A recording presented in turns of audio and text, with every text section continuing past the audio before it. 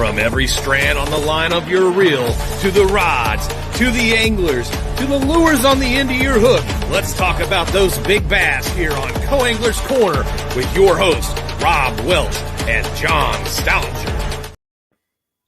Hello, everybody. I'm John. Hi, y'all are. Cajun Rob here hanging out with you. We have a quite different show tonight because somebody, I'm not a name dropper, but somebody forgot to create a show and get the link to the guest that we're supposed to have on, Violet Talley. That was completely all that person's fault. He's wearing a blue hoodie. I'm not going to name any names, but that's whose fault it is. We don't have a guest tonight. But Rob and I, we can do what we normally do and talk fish. Talk fishing. Yep. Ad lib like we usually do, seems like. Yep. I don't know if we want to get into some controversial topics tonight or talk about, we try to stay away from that. So if we run out of stuff to say, we pick on Joe. But yeah. Or if somebody wants to bring it up, we'll talk about it. Yeah. So you got anything you want to show or talk about? Yeah. Now I know over the past couple weeks we've got where I work at, we've got some of the hottest baits that's come down to. I mean, my dealers are getting them and they're selling out like in a day or two. See if I can get my. There we go. Winged Flukes. Here they are, live in person. Winged Fluke gives a shad. I said we got the. This is the 5-inch. They do have a 4-inch just come out, but I mean it's pretty cool bait.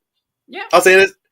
I've heard guys not only doing the 4. I mean, it's kind of unique because it's got the wings kind of there on the side. So, but I've heard guys Carolina rigging them. I mean, you don't have to be all. There's David. Yep. Uh-oh. He's already let the cat out of the bag. If I get. Yep. I got 2 surveys last night, man. Tell you the BFL. So we was kind of talking about it before the show. But I figured since you were talking and stuff like that, I'd put the show up or the comment up for you. Yep. I know doing more than one thing at a time. I know, man. Let's see. This is Tennessee shad. I think it's pretty neat looking. That and the Wagasaki is pretty similar.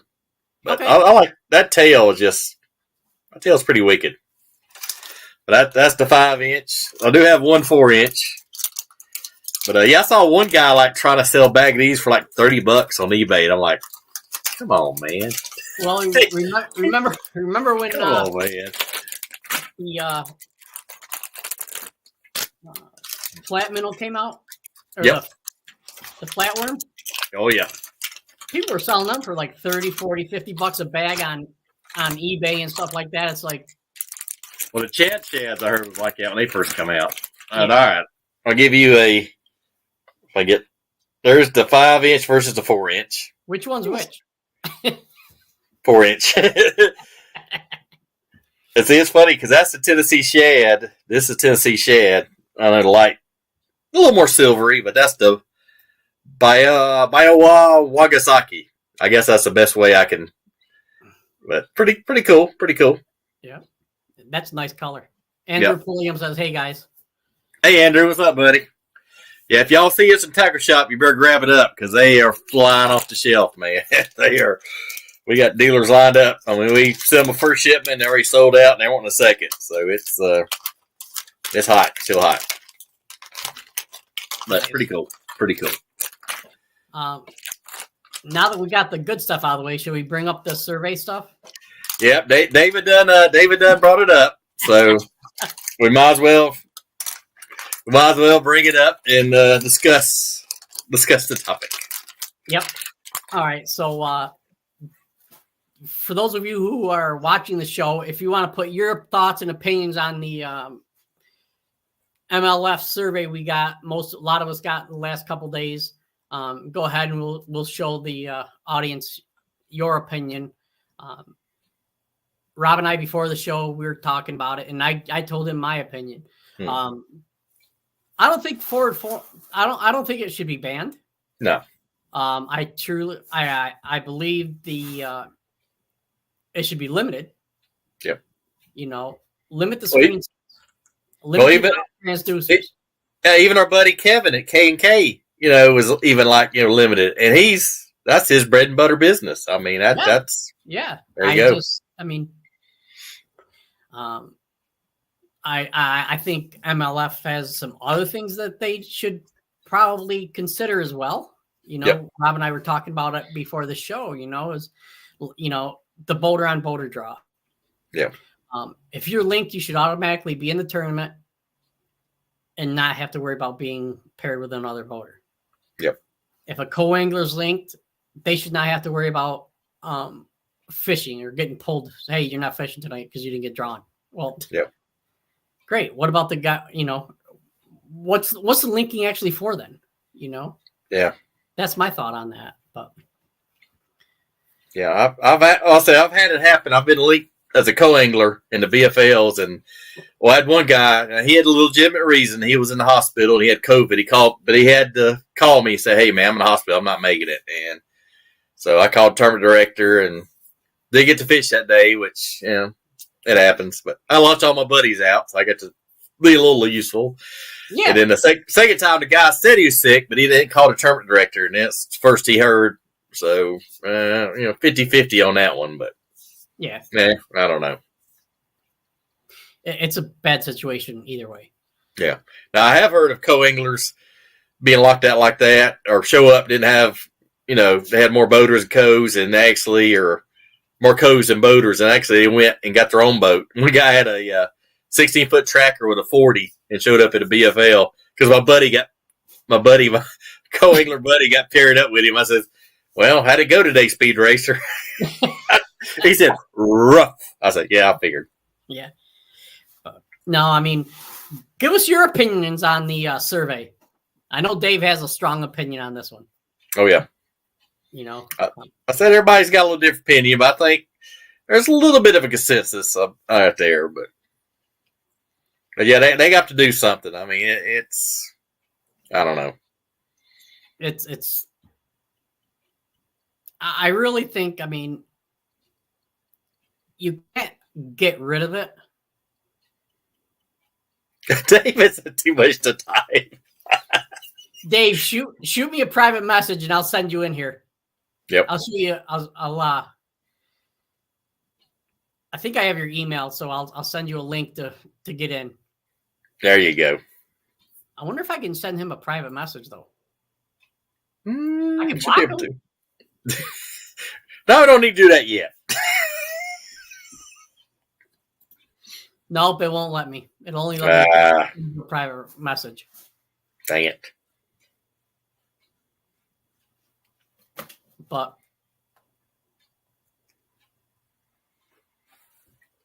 yeah, I mean, I give them credit on one thing. They at least reached out and let us have an opinion. So, I mean, how much weight it's going to have, but at least they asked a question. So I'll give them credit where credit's due on that. So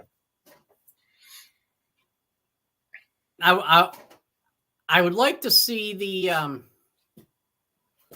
results of the survey. Yeah. Yep. Uh-oh.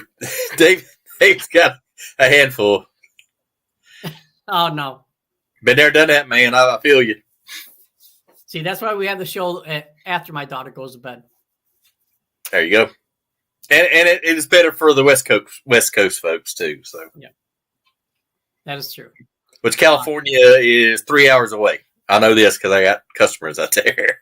So, and I know this because our guest from last night, Deanna Marino, she's in California. Oh yeah, yep. Now here's another question: Andrew wants to know, should the BFL do a first come first serve? They kind of do in a way, but well, I remember before they had the linking with the red man and stuff like that. And the reason they put the linking in is so that you would get a more balanced field. Yeah. I don't think a first come first serve, because if I'm linked, and then he follows up with no links though. I don't know, because what are you going to do if you get 100 boaters and 30 co-anglers? Yeah.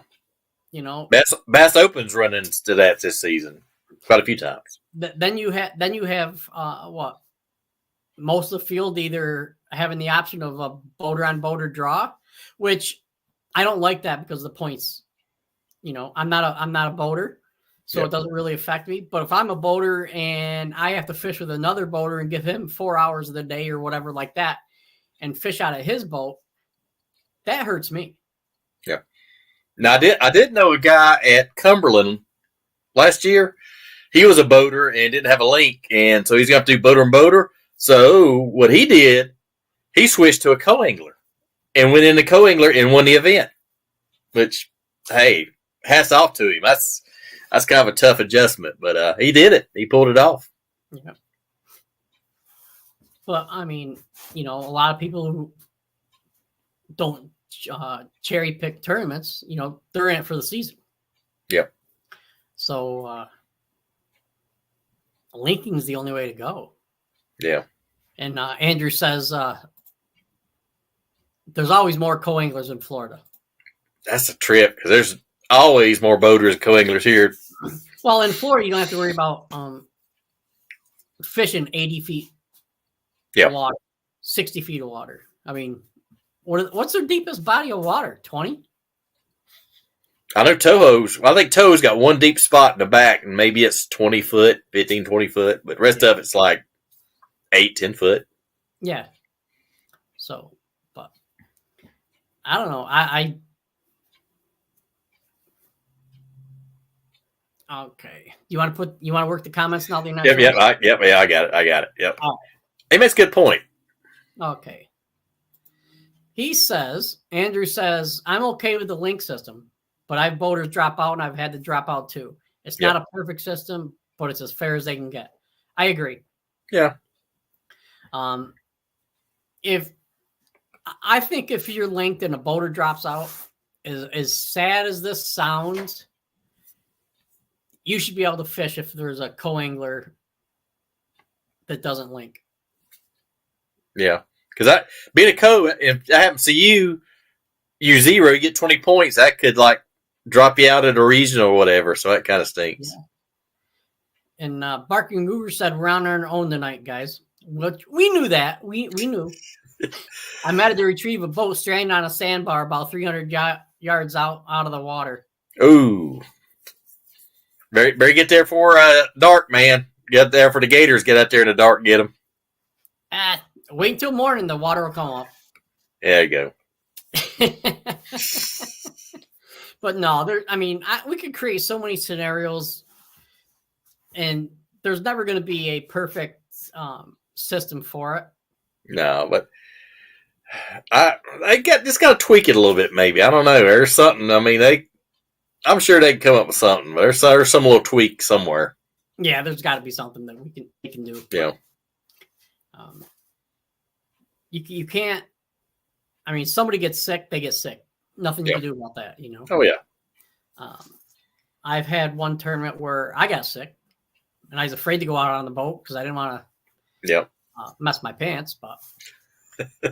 Yeah. All right. The problem is that with that is people will plan to link with their friends and then drop out anyway, as long as they guarantee their buddy gets in. Now, if you say Rob and I link, if one of us drops out, that means the other guy gets his link pulled as well. Yep.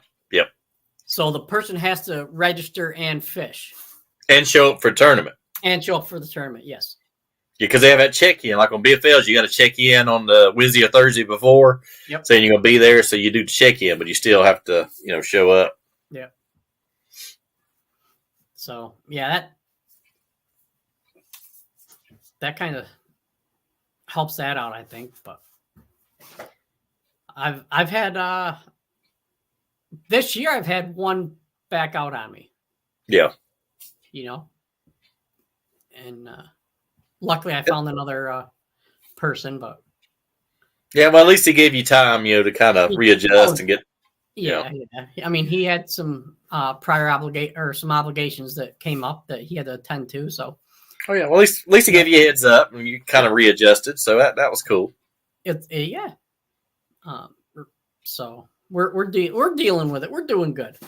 Oh yeah, I'll say in 7 years, I think I've had to be left out of the tournament. I think it's happened 3 times to me, so it happens. Wow, you've been fishing the BFL 7 years? Yep, 2017.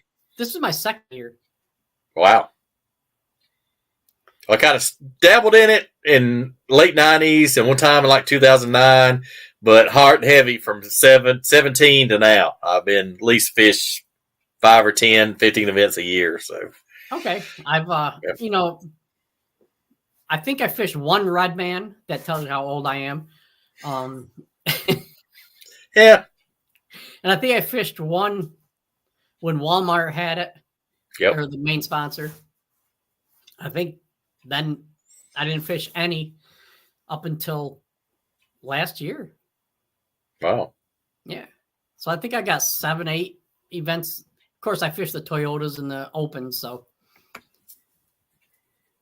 Yeah, and the Totos was Costas, I remember, for a while. So, yeah. It's been through a few changes. Oh, yeah. But it is what it is, you know. It's nice that they sent the questionnaire out, though. Yeah. Yeah, one for the BFLs, one for Toyotas. So that was pretty neat. Yep. And Eddie Carper says they sent one out for the invitationals as well. Oh, cool. So that's cool. Which is nice. Yeah, not bad. No. So anything else, Rob? No, Andrew says that's the way it is, right? Yep, that's the way it is, man. I mean, if you're linked, and I think the priority is 11 days for the tournament. On BFLs is 11 days for the tournament. Yep. And I've had to drop out or couldn't make some, and I had to tell my boater, hey, but I try to give him as much leeway, at least 2 weeks, a month, or longer.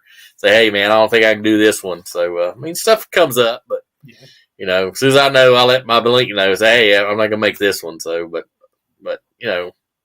you wait till the tournament starts and you're scrambling, and it's a little late. So, here's a question for you. Yep. Andrew, you might be able to help out with this one, too. Give us your thought on that. Why not let the boaters go out by themselves if there's no co-angler for them? That Bass Opens do. Yeah. Toyota does. Yeah. Yeah, I know the Bass Opens did. I didn't know Toyotas. Yeah, they do. Yeah. The boaters are usually safe down here, but the co-anglers are screwed down here. Yeah.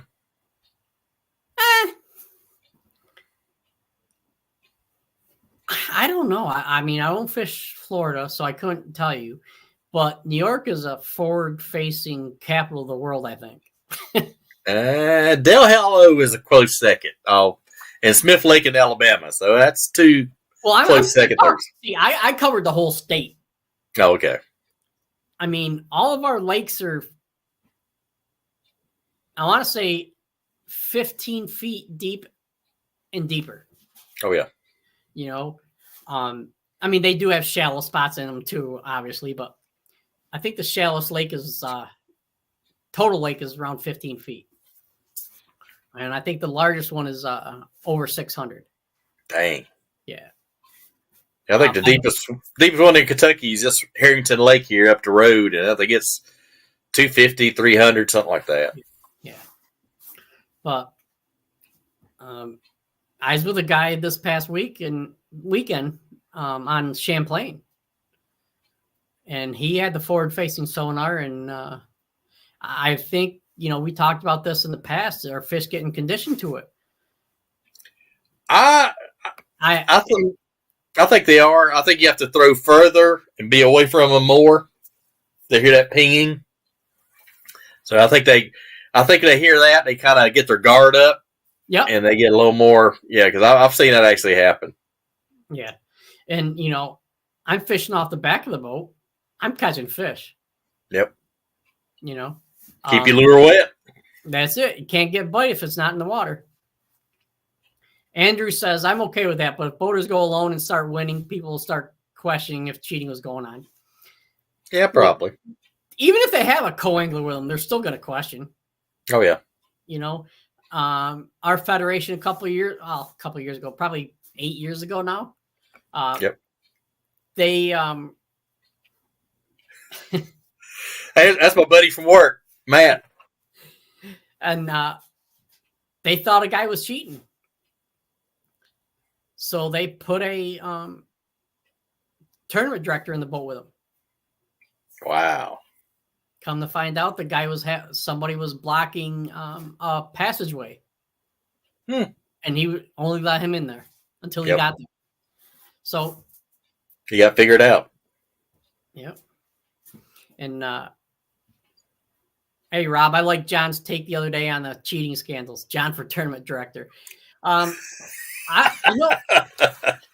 was a tournament director for our local club once, and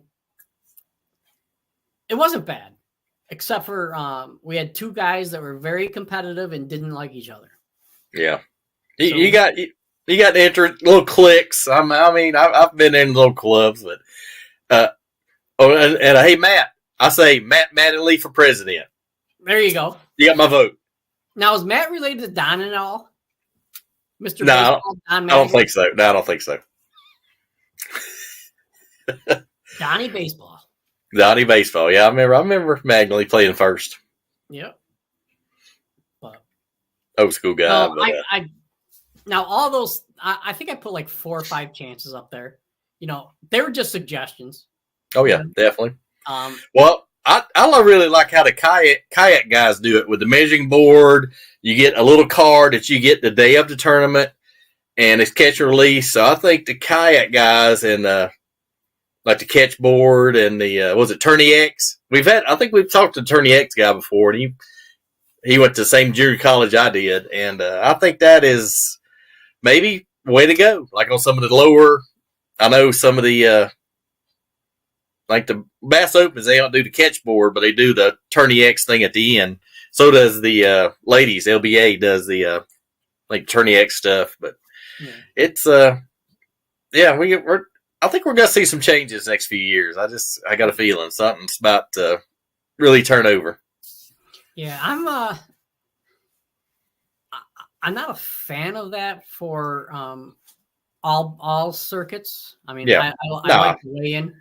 Yeah, I think the pros need to keep it like it is. Maybe the Bass Pro Tour, maybe Toyotas, but maybe like the club level. I think some of the clubs already got that, but I think some of the lower levels, I think that would help things. I don't know. It's an idea. Maybe one day we'll have cameras on all boats to verify the catches, especially in the bigger events. Well, Bass Pro Tour does. Bass Pro Tour does. They got that little unit and the camera in the back. They have where the pole, where your pole goes, they have a camera and a little box, a little power box. So they already do it in Bass Pro Tour. Yeah.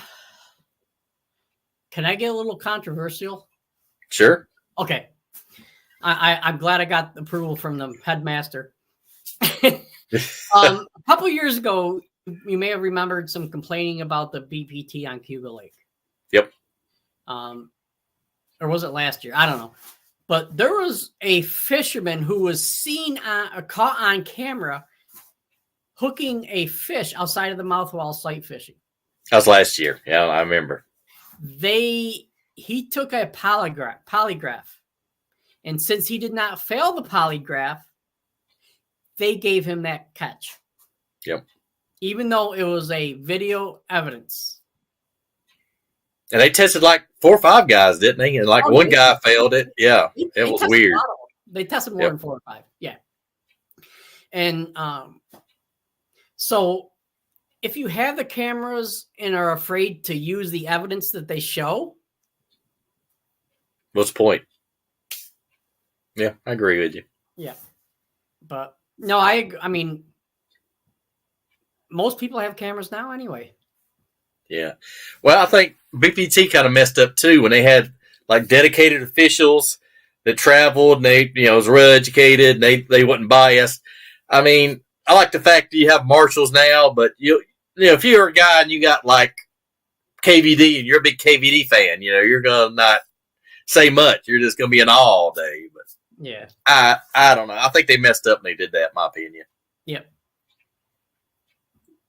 You know, we I could think- have a show. We could just have a show on MLF, but and No, so no comment. okay, but then No comment. we probably get kicked off of the internet. Yeah, no comment. I think I got some BFLs of fish this year. Same. Oh my god. Speaking of BFLs, David says truth. Oh yeah, he knows. He knows. Speaking of BFLs,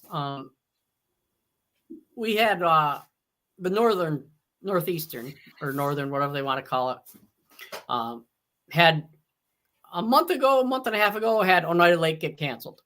Yep. So they're smart and they doubled up Lake Champlain. Well, now Lake Champlain got canceled. Oof. The makeup one. I mean, we fished last Saturday, which was a scheduled tournament. Sunday was a makeup for the Oneida tournament. That one got canceled. And now they're taking the super tournament. Okay. And making it a one-day super tournament. Yeah. On Sunday. They've done that here a couple times. Yeah. And then Saturday's the makeup for Champlain, which was the makeup for Oneida. So, Yep. Which I think is going to be fun. And for all of you people, for all you people who want to know, the price is still the same. The entry fee is still the same. Yep. Even though the points are the same, the payouts the same, everything's the same except for one less day of fish. Yep. Andrew says, "Well, that's a little different than pulling 5 fish out of a barrel." But you're right. You should trust video if you have clear evidence. Absolutely. Agreed, man. Good point. Yep. And, pulling fish out of a barrel, if you're hooking them, kind of hard to tell there's a barrel down there. Got a funny story on that. There was a guy, I guess, in the early 2000s that got caught cheating somewhere. I think he won an All-American, but he actually had a fish cage by a dock, and he had one little hole, and he'd flip it. I mean, the cage was submerged, and he'd flip that jig, catch 4 or 5 pounders. And I think they spied on him, and they asked the co-angler. He says, "I don't know." He come to the dock and started catching big ones because the co-angler couldn't see, what he was doing. And he says, "Well, it wasn't in the rules. I couldn't do that." He got banned, so he's gone for good. But yeah, he won a lot of money though. I don't know if he took back the money, but he won like an All-American and some tournaments doing that. So, but he finally got busted. So, but it is pretty interesting. Andrew's laughing about that one. That's pretty good. How about we hit something positive? How about the Bassmaster event? Bassmaster's taking a step forward and creating a stage for women. Absolutely. And I was looking at some Facebook this evening, and Toyota signed on 3 women to their pro staff. Oh, cool. Well, hats off to them. Christine Fisher. I don't know if you guys have heard of that name before. Oh, yeah. Let's see. Who else? I can't remember. Patterson's her last name, and Mary Jo, she's from Michigan. Yep. I'm trying to get those 2 on as a guest. Andrew says he met those ladies at ICAST. Yes, they are pretty awesome. Yeah, they are. They're good role models for young girls, and that's going to help get more sons and daughters out fishing. So, your boy Dave got you back there, man. Anastasia Patterson. Yes. Good job, Dave. Thanks, Dave. Dave Archibald, I just sent you a link so we can get your opinion on this. Absolutely. Christine Fisher is a legit lover, kid-like passion. Oh yeah, she promotes. She's fishes everything. She's fearless. She'll go out saltwater fishing and like a kayak. She's fearless. Hats off to her. Did you see the picture probably about 3 weeks ago where she caught the muskie and it bit her? Yep. Yeah. Oh, there he is. There's our ace right there. Here's the man. We're going to add him to the stage right now. Hey, what's up, buddy? What's up, man? Can you hear me all right? Yep, got you good. All right, so let's answer your own question. Let you answer your own question. That survey. Well, first of all, I'm not against forward-facing sonar. However, But it changes the dynamic of a tournament. It's happened with me like many times. yeah, Yeah, and like Champlain is like the perfect example. It's a lake I always fish well, but I'll be doing great, and then day 2 or on championship day, I grab somebody like Drew Gill, and that's where it doesn't work for me, you know. yeah. yeah. You know, I fished this past Saturday up there. My guy, we were fishing shallow, but he was using his live scope, but you know, didn't hamper me at all. I didn't see you up there. I was there. Yeah. Dang. Okay. Kind of hard to see in the rain, though. It's kind of rough. I was 4 feet below the tops of the waves. Oh, jeez, man. What do you think? Do you think we should have fished or no?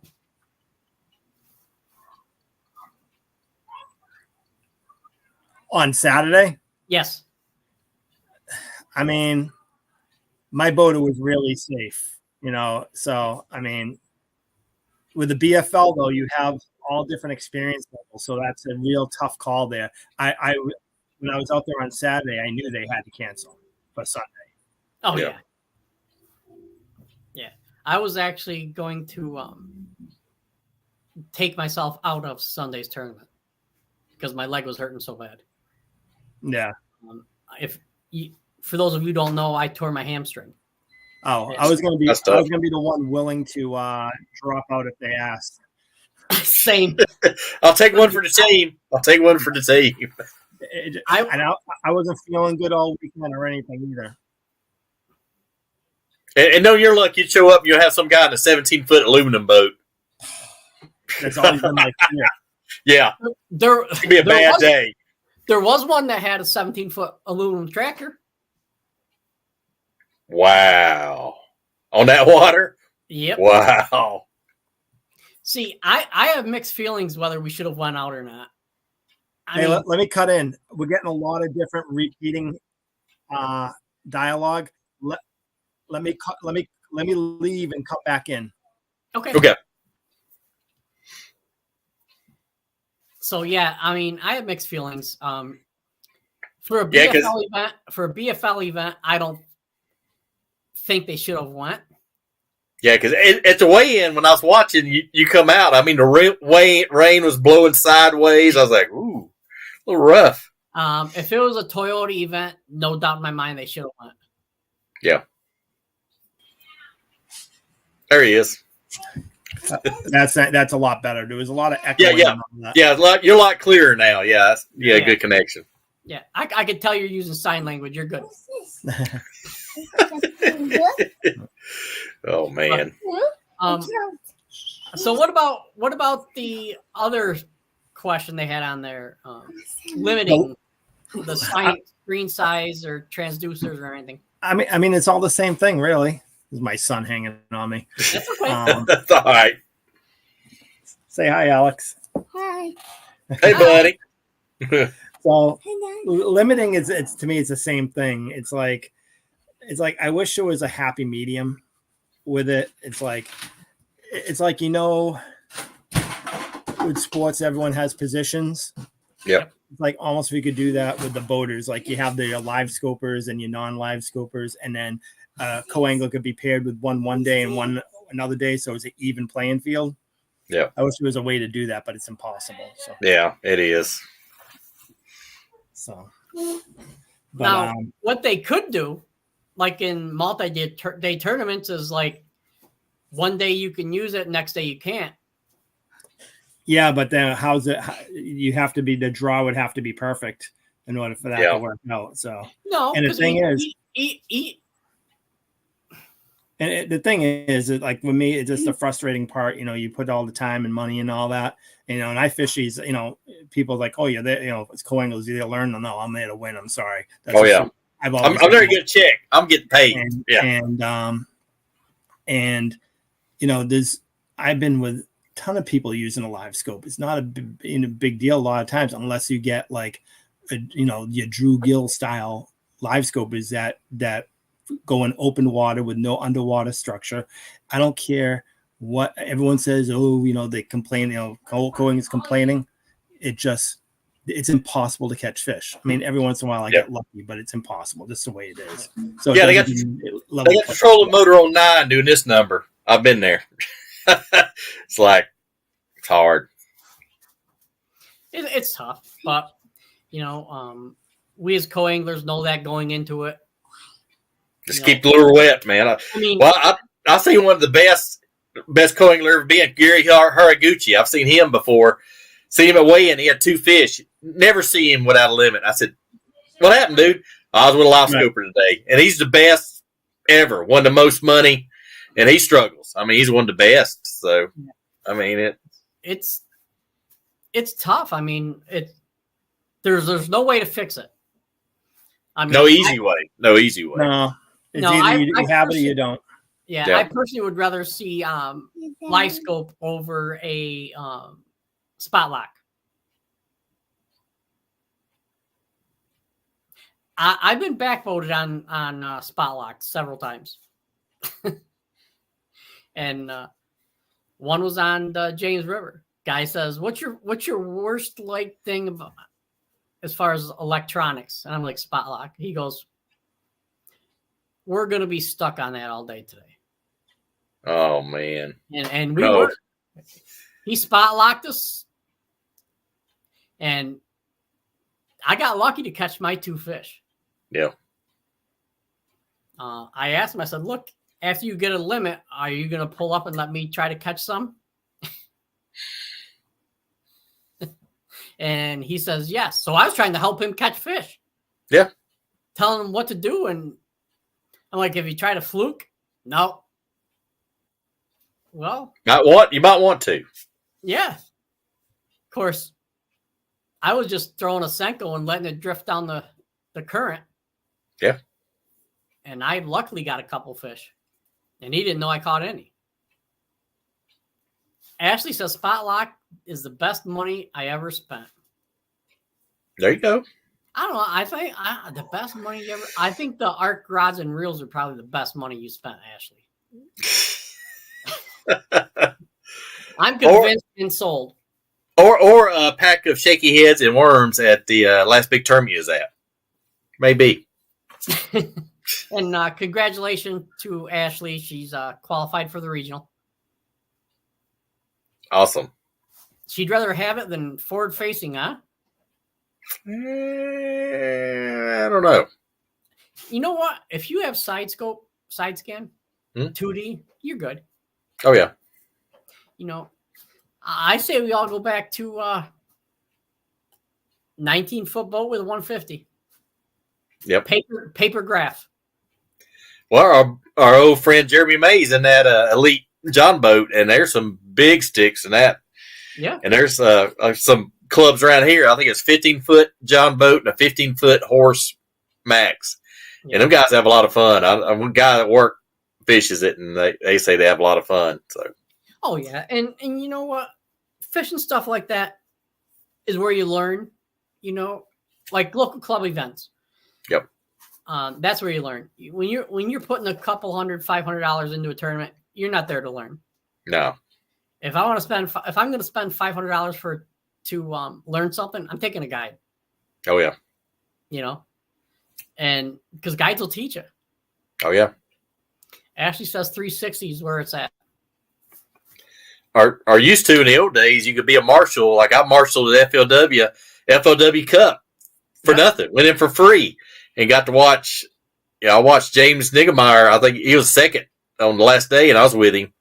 And he put on a clinic. I mean, he did good. Finished second. I mean, it was pretty good. And I said, being a marshal, you just kick back. I mean, it costs you now, but still, you kick back and watch the guy fish. I mean, it's pretty cool. Yeah. I mean, that's cheaper than a Toyota event. I mean, Oh, yeah, a lot. You know, marshaling for BASS is only $100. Yeah, I think Toyota or the Bass Pro, or no, the Tackle Invitational, I think it's about $100 now. But yeah, when I did it for the FLW Cup in Arkansas, they gave us a big like duffel bag, and it was like full of goodies, and had a couple of FLW shirts I still got today, and so they did it right. That's when the Bill Taylor was over. Bill, they missed Bill Taylor. They don't want to admit it, but Bill's one of the best. Yeah, a little conflict of brains got in there. Yeah, I hate to see Bill leave because he was he was strict, but he was fair. I can come up with some thoughts of why Bill left. Yeah, but I think my personal opinion is I think one person's ego and the other person's honesty was the issue. Well, I think you see some changes on the horizon. There was some pros too that left FLW when the switch come over, and then you had all the Bass guys come over, and that was a confusing time. You didn't know who was going where or what. That was kind of weird. That was a weird scenario because you're sitting there like, I hope this guy don't leave. I hope this guy doesn't leave. I hope once this one guy leaves, 5 or 6 are going with him. And now some of them's come back to Bass. So and some of them find out that it's not as easy to get back into Bass. They got to take the hard road in the opens, which is Murderer's Row. Yeah. I mean, you got, 5 spots, 6 spots to get the elites, and you got, 200 boats? I think it's 9. 9, yeah. It's a handful. Yeah. And you got to fish all of them. Yep. Now you do. Yeah. They changed the rules on that. They did. Which, good for them. I think it prepares the fishermen more for. I know people complain and because they can't take all the time off from work. Well, yep. What are you gonna do if you do qualify? Yep. You know, you can't just say. I mean, it's nice to qualify. Oh yeah. I mean, Todd Castledine's qualified. I don't know how many times. Yep. For it, but he's like, no. I mean, it's Mark Rose, JT Kenny, I think did once or twice. So yeah, some guys turn it down. Yeah. I mean, look at the situation Jacob Fouts put himself in. Yep. He had a great year this year. Yeah, he did. I mean, he turned it around. Hats off. Yeah. I'm proud of the man. Yep. But, he basically said, I'm doing it all on my own. And it's not easy. I mean, I've not been there, but just from what I'm seeing people do and talking to some of the pros, you figure it costs you $100,000. Easily. I mean, space with gas and boats are right now. And that's just a fish. Don't. How many guys you've seen drop out too here in the last few months too? So I mean, some guys can't keep up. I mean, hate to see it and hear it, but it happens. One of the guys I saw that I was shocked to drop out. He did it for personal and family. Was Frank Talley. Yeah, Frank the Tank. Yeah, he won. Did he win? I thought he won an event last year too. I mean, he's won 1 or 2 of them. Yeah, I think so. I think he won Chickamauga once, didn't he? A couple years ago. I think so. Yeah, I think so. Ashley would love that chance. We'd like to see you there, man. That would be a trip. I'm trying to figure out if she's talking about she'd love the chance to drop out or make it. I'm not sure. Make it. Yeah, I think make it. Yeah, me too. Those days are beyond me. Yeah, me too. Yeah. I might do like you, like do regional, but that's about it. Yeah. I mean, I love fishing the multi-day tournaments, but it's a grind. It's a grind. Look, I was in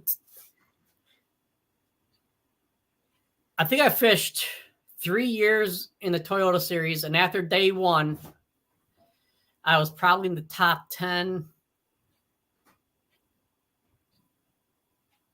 There's 4 tournaments, so that's 12. I was probably in the top 10 after day 1. Probably over half of them. Wow. Good average. Day 2? Yep. it just, yeah. Ashley says, let me roll my screen up so I can see it. Yep. Beyond me, but if I had a chance, I'd take it and give it my all. Might suck, but I still could say I did it. Hey, you should win all the All-American girls, so you ain't got nothing to hang your head. You run with the big dogs, so hats off to you. There's a lot of guys on that on the pro circuit who haven't made the All-American. Yep, it's tough. And then there's some who made it by cheating. Could be. Could be. You mentioned one earlier. Yeah, I know. But won't mention any names. No. But there he is. Sorry about that. That's all right, man. You good, brother? Good, I wasn't prepared tonight. Honestly, neither was I. I forgot to set the show up. It happens. It happens. Let me ask you guys this. I mean, they did put the survey out. What do you think they're thinking? That's what I think they want to get a gauge and see what everybody's temperature is. I think they just kind of want to gauge. I think they already got their minds made up, but I think they want to give the impression like you got to say so in it. I think. Yeah, I mean, if you look at the business, they're seeing participation plummet. Yep. And it's like, and my strategy, like for next year, like me and my wife have talked about it. Like, there's certain lakes that like I know I do well, under certain circumstances. And again, there's a time, there's money, there's a time from work is money, all that stuff. And when I go to events where I should do good, like Champlain, if I should do good just about every time, unless I get caught in that. They did what I call the extreme live scoping experience. Yep. Then it just kills your tournament. But it makes you think about what lakes you're gonna fish, and instead of fishing divisions, maybe you trying to go through the wild card route and cherry pick the type of lakes that are not forward facing sonar friendly, like say Lake Okeechobee, maybe Santee Cooper. Potomac, things like that, where it's more shallow water fishing, and you can cast a structure and stuff like that. So I've been like thinking of things. I'll always fish Champlain. It's the best lake in the country, and and someday I'm going to get lucky and get three boaters in one tournament that would none of them go out into the abyss, and then I'm gonna do really well, Yeah. Like this past year, I really felt if everything went right, I was going to win Champlain. That's how well I was fishing. I was catching 19 plus pounds a day in practice in the back, and that wasn't even trying.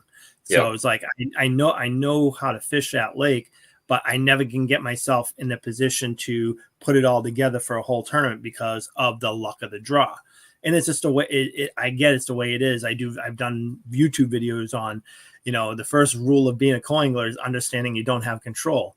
Yeah, I still I have an issue with that rule. But so it's like it's making me look at how I'm approaching next year. What I'm gonna do. It's like, do I care about a whole division, or do I, pick like Guntersville from the Central, Okeechobee from the Southerns, Potomac. And again, I'm assuming these are the lakes that are going to be, they should switch them up, but they really don't. And then of course I'll always do Champlain, and maybe Champlain's my wild card, my fourth event, so I'm looking at things like that. And then I'm also looking at, other tournament trails too. Like, I like I've been a competitive athlete my whole life. I've competed on world stages and stuff like that. I like all that. I like being in, fishing with the best I possibly can, and the Toyota series gives me that, that opportunity, and, to the best I can get to, whereas in the position I'm in right now, so I'm addicted to that. I guess, I have a competition addiction, so I like that stuff. But at the same time, I'm really looking at everything with this, because, it's like, it doesn't matter. I have the best 2-3 days to practice, and then I just get stuck. And you know, you see all the chatter on Facebook. It's like, oh, if you don't like it, buy your own boat. I'm like, well, give me the money and I'll have a boat. Okay. Yeah. Yeah. Tell me about it. It's like, you know, I wish I could, you know, or it's like, you know, or the other thing, oh, you're back to learn. I'm like, you know what? Half the time, you know, you can teach your boat or something too. It's like, you know, there are, you know, don't get me wrong. There are a lot of co-anglers that are there to learn. I mean, we learn every day. If you learn something every day, I don't care if you're a boater, a pro, a first timer.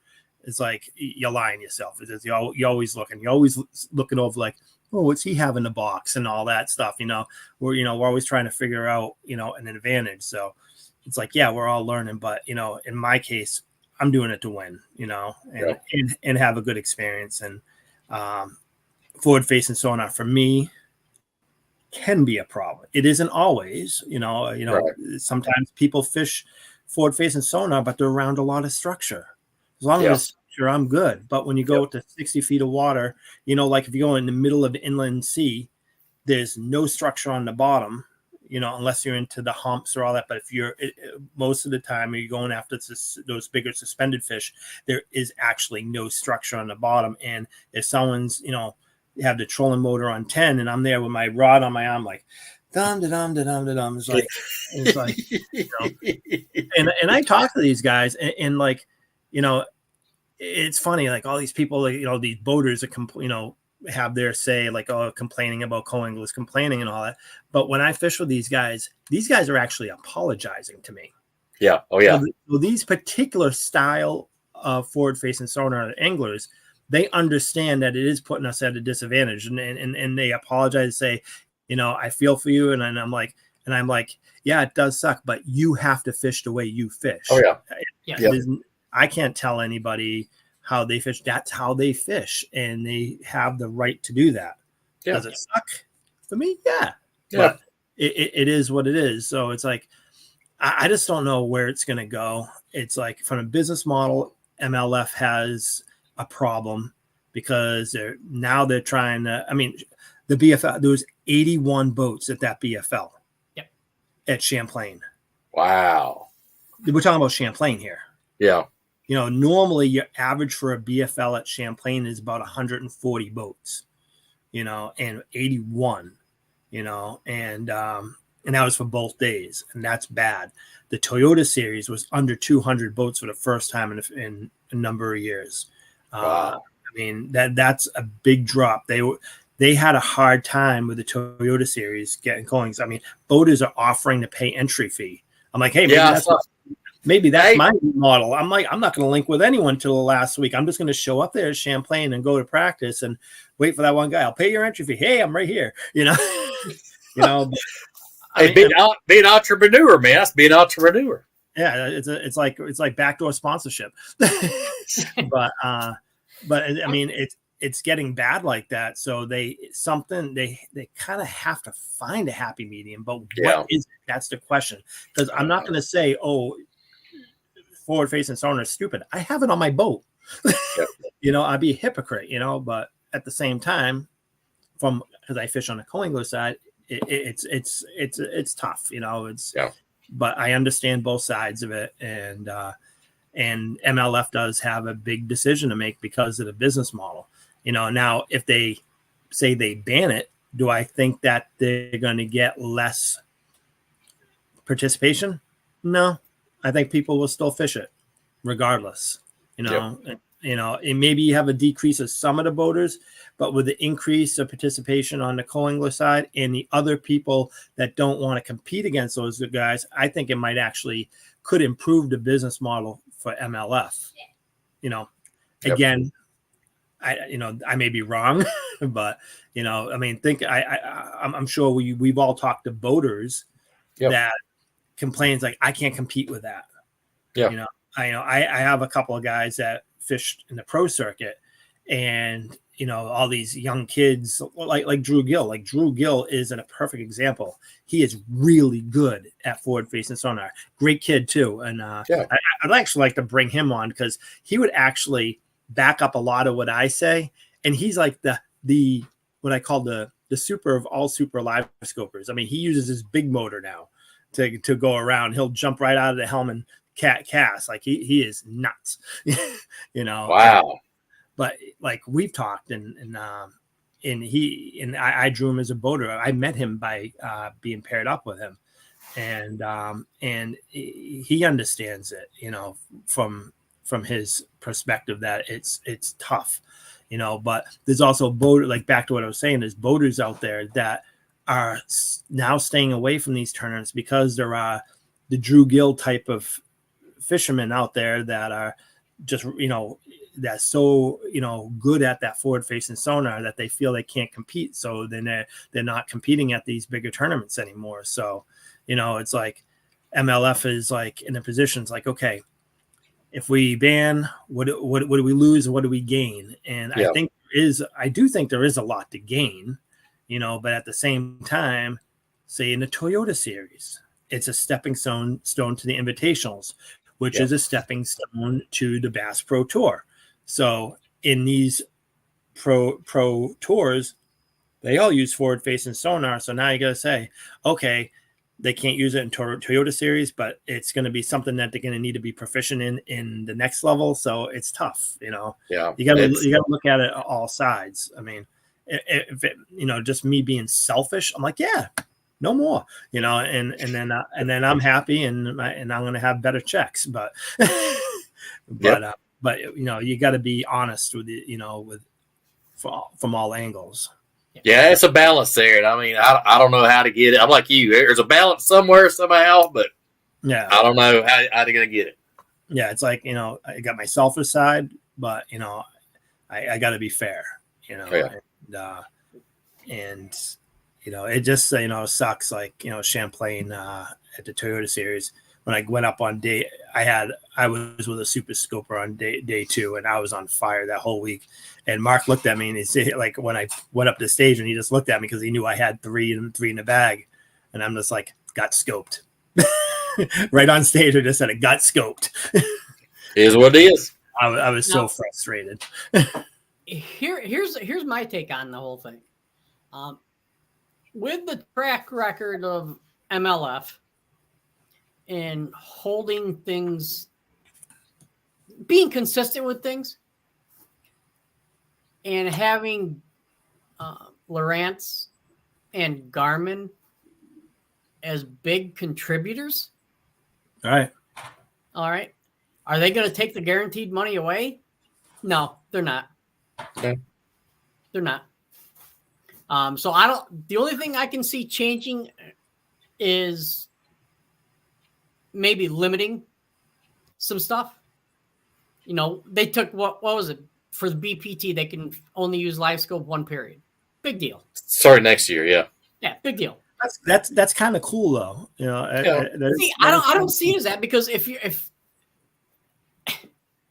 you're fishing, the fish aren't going to move very far. Yeah. No. Okay. So you find the fish in the first period. Right. All right. So you know where you're going. Waypoint. Right. The fish aren't going to travel 30 miles. Yep. And why not give it to them the last period? Right. Make it exciting. Yeah, you could. Yeah. And it kind of brings up to a point to something I thought about, and other people have mentioned it too, is like, you know, allowing to use a forward-facing sonar for practice during a tournament. You know, I mean, I have no problem with that. I mean, honestly, that would solve all my issues on the back, you know, because you're not going to chase those suspended fish. Maybe your fish tournament issues. Right. Yeah, but I mean, I've heard that, and I like that because you know, when I practice for my local tournaments, my smaller boat, you know, I have a tournament trail that we can't use forward facing sonar, but I practice using forward facing sonar just to see, you know, how the fish will hold in a relating to something or something like that, you know. But and in the tournament, I unplug my my module, and you know, I'm good to go. But how do they police it? Yes. That's a good question because people can get crafty, and you can set up your graph so the co-angle in the back can't see it if you angle it straight up, so people could get sneaky, but I don't know. I mean, again, like, how do you police it? There's too many. When you start bringing stuff like that up, that now you're adding levels and you're adding variables. And with anything, and I preach this with anything, I asked my wife, what's my number one saying? Minimize and eliminate the variables. And the more things that pop up there, the more variables there are. There's more things to manage and more, which cause more headaches, more resistance. And, so it's a tough thing. It's, I mean, look at what happened. This could go one or two ways, and what's the other tournament series? The Bass Anglers, NPFL. No. They just changed their pro. They have the solo 150s. ABA. Oh, ABAs. Yeah. Well, they did away with co-anglers. Yeah. It's done. I was gonna fish with a co-angler this year. Me too. I said, Alexia, I was like, where's the co-anglers at? I was like, what the heck? But I did like that with the weekend pro series, because if I get a boat, when I finally do get the boat that I need to compete in these events, I'll probably do the New York swing there. But I mean, there's an example where co-anglers disappeared, and we're also looking at a lot of tournaments that don't require the pairing, and you see a large number of boaters with a small number of co-anglers. So the numbers are really, they're no longer even. They're really coming far apart. So, and participation should always be a number one concern for any tournament organization, because it's growth. You need that participation because you always need growth.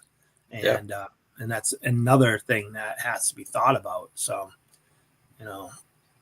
it'd be interesting. I mean, they put the survey out for a reason, and I'm just curious to see where it goes. Yes, John. Thank you, Headmaster Rob. My opinion on the survey, they put it out there to make us happy. Possibly, yeah. Yeah, part of it. I think there's too much money involved. But if we're like, hey, we got to say,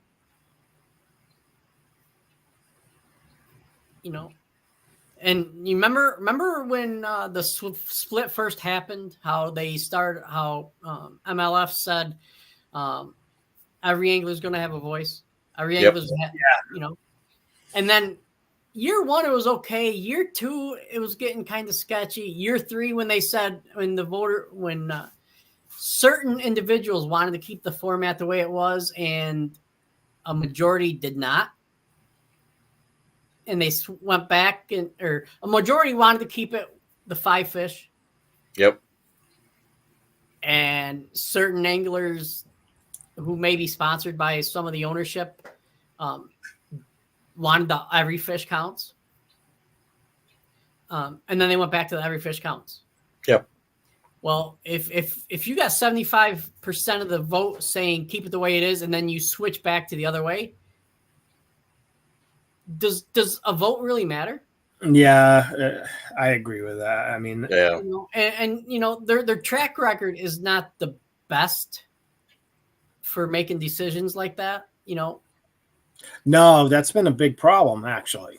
It has. And how are you going to trust them? I don't trust them. No, there's too much back end stuff, and everyone knows it's there, so it's not like you can say, "Oh, not really." I mean, it is there, and and also concerned about certain affiliated people being allowed to fish in a league too. Because a lot of, like there's a lot of waypoints that they have to their that they have in their database. Certain people, because those Bubba scales that that save all that information, and a couple of people have all those waypoints from everybody. So, things like that's been a concern with some of the anglers, which I've had a particular one, I won't mention no names, actually be directly concerned about that when mentioning certain anglers being allowed to fish next season or something like that. But there's back end stuff going on, and where it makes you not have faith that people do have their voice and all that stuff. So, well, here's another one. All the BPT boats have GPS on them. Yes. The MLF can monitor. Right. So if you got the ownership being able to monitor them and sponsor anglers that are fishing in those tournaments, I'm not saying these people aren't great fishermen, because they are. They all are. Yeah. Oh, yeah. But with their track record of trust, exactly, it does bring up a sketchy thing, And this was brought up in conversation with me this past year with one of the anglers, because of the lack of trust. Yeah. So, yeah. Yeah.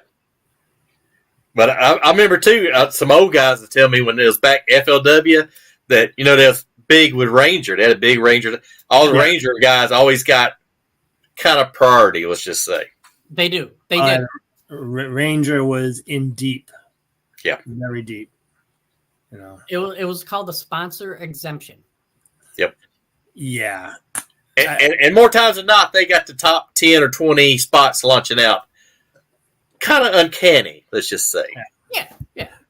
But I'll take one of those if they give me that boat and truck and everything I need. Yeah, I'll do it. Yeah. I'll give it a go. I'm not scared. no. I'll give it a go. And you know what? I'll even let them pay my entry fees. I would too. Yeah. I mean, if they want to. Boat entry fees, I won't even pre-fish. Oh, I like doing that. That's the fun part. Well, so do I. So do I. John wore the icon. I said, I won't go out unless I got an icon. I can see him now. Have you been on that? Yeah. And they're nice. I was on. Nice. I pre-fished in one down in Potomac, and I was pretty impressed. Really impressed. Pretty impressive. Well, an impressive price tag. Let's just put it that way. Yeah, I'll never own one. No. That's like a house. There's my first house, like going down the road. Right, exactly. Hey, if I got one of those, that'd be my only house. But the price probably. Really no, probably about it. Yeah. But, all right, guys, we're a little over an hour here. Oh, yeah. Hey, Dave, man, appreciate you, man. You always bring it, man. We always enjoy having you on, man. You always bring it. Hey, anytime, man. All right, man. All good stuff. We'll get a show coming on with you. All right, sounds good. All right, definitely, man. Hey, thanks, buddy. Have a good one. You guys have a good night. All right, man. See you. Bye. Man, Dave, I love Dave, man. He brings it, man. Yep. Wow. Yeah. We dove in a little bit of controversy. Not too bad. No, and we kept it nice. We didn't name any names. We didn't name any names. I mean, people can think what they want. Yep. Everybody's got their own opinion. Like, hey. Yeah. I think if you don't have to be too smart of a person to figure out what I was saying, but yep. I'm still a little heartbroken over what they did when they first split. Yeah. That was it seemed like it went on a downward spiral, and I think it kind of fed the drama and all the stuff we got now. I think that kind of fed it, and that's what we got now. It wasn't really the split that got me, which as much as what they did to the Toyota Series anglers, fishing the championship. Oh yeah. You're not getting the guaranteed 10,000. Yeah. We're doing away with the FLW Cup. Yeah, that happened. The Toyota Championship, I never forget, it was at Cumberland, and that happened. And there's 4 or 5 guys that just got screwed in the management was like, oh well, kind of attitude. Yeah, that Toyota Championship was here at Cumberland. I remember that. So I was supposed to fish that, and I said, "No, I'm not going." Maybe a good choice. It's tough. It's tough lake. It is tough lake. And that's what I looked at it like. Look, I'm not gonna have a chance to catch fish. Yep. So It's tough. Tomorrow night we have Jen Nolan. Oh, good deal. Yeah, and her show is built, by the way. I have faith in a producer tomorrow. I'm glad you do. Oh yeah. Well, we had a good time tonight. We talked about a bunch of different stuff. Yeah. So it went good. It went well. That Dave always brings it. So man, that was pretty cool. That might be a topic we can have on here for co-anglers is forward-facing sonar. Yeah. I've got a couple of techniques that I've had a little bit of success on that I'm still kind of trying some stuff out, but I've had a couple of things that has worked for me. I'm not saying I load the boat, but I've gotten bites. Dynamite. Yep. All right, everybody. Well, you take care. Be safe. Have a good night. And see you tomorrow. And peace out.